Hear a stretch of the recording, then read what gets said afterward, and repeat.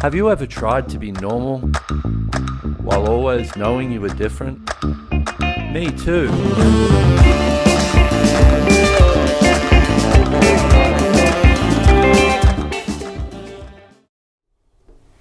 Hello, you beautiful misfit. I just wanted to get with you that sounded interesting. I wanted to maybe possibly inspire you to ask a lot more questions. So let me ask you this.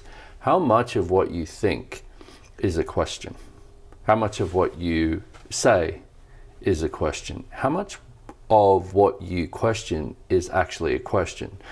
Now, I don't say this coming at you going, you're not asking any questions. I'm actually getting this awareness a lot more for myself also. I've been looking at some stuff with finances and just different parts of my life.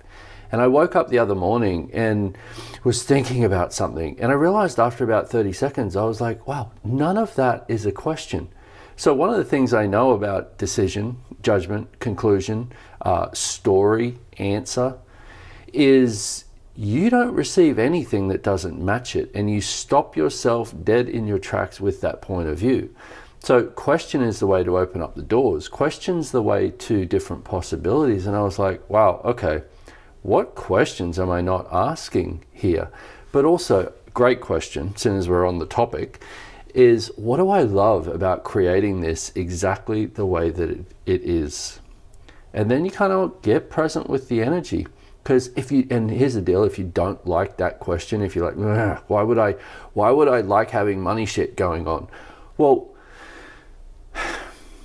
what if you could get just as an awareness that nothing happens to us. We are the creators of everything. So if you have that as a sense, then you can go, okay, well, all right, I get that. And this is showing up and it's always showing up. So I must be creating it. So if I keep creating it, there must be something about it that I love.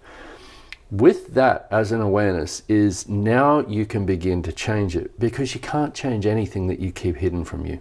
So the question, what do I love about creating this exactly the way that it is? For me, when I asked that with this specific thing that I was looking at, I was like, oh, wow, it actually validates the point of view I have about myself in this area. And it appears to give me less choice.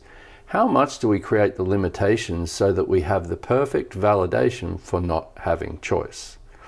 Everything that is times a godzillion where you destroy and uncreate it. Right and wrong, good and bad, pod and pock, all nine, shorts, boys, perverts and beyonds. Now as we kind of dig deeper into that and you ask, okay, what do I love about it? Well, it stops me. Okay, what do I love about being stopped? That's weird. Who does it belong to?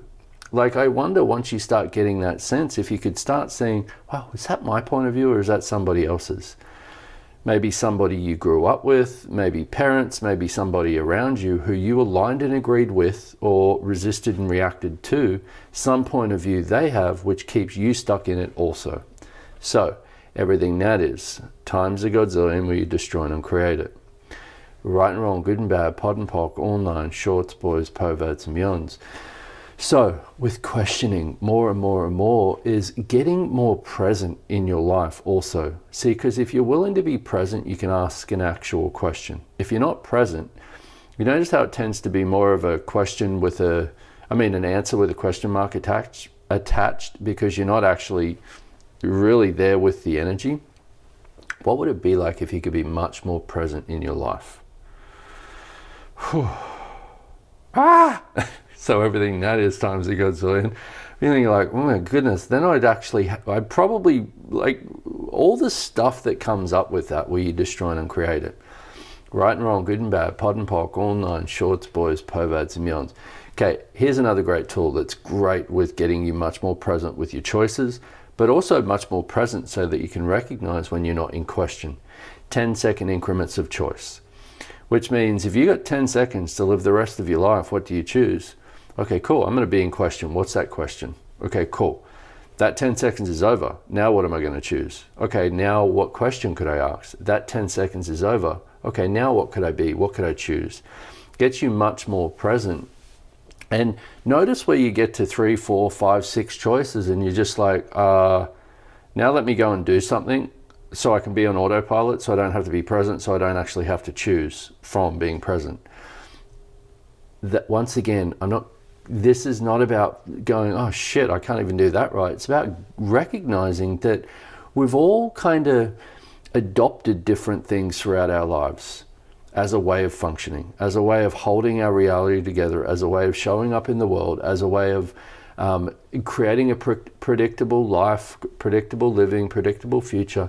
What if none of it's wrong, but what if all of it's like, oh cool, now's another tool. Here's another awareness of what I can create as my life. Now what else is possible?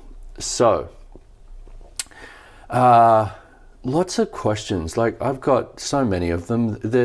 We've got the basic ones in Access, right? Which is, how does it get any better than this?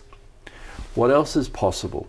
What if that was actually your question with everything? What else is possible with this that I've never considered? I wonder what else is actually possible here with this. I wonder what else is possible with me being in questions more. And here's the deal, is it sounds so simple, but it is.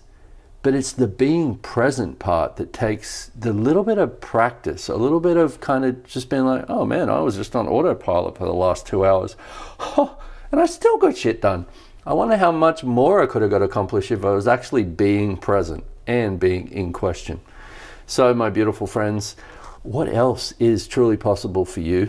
And, let me say this. The other thing I found with question too is when I am not in question, I am in presumptive realities, which I've talked about on other videos, but it's basically where you have a presumption about what reality is, and then you go about creating it based on your presumption.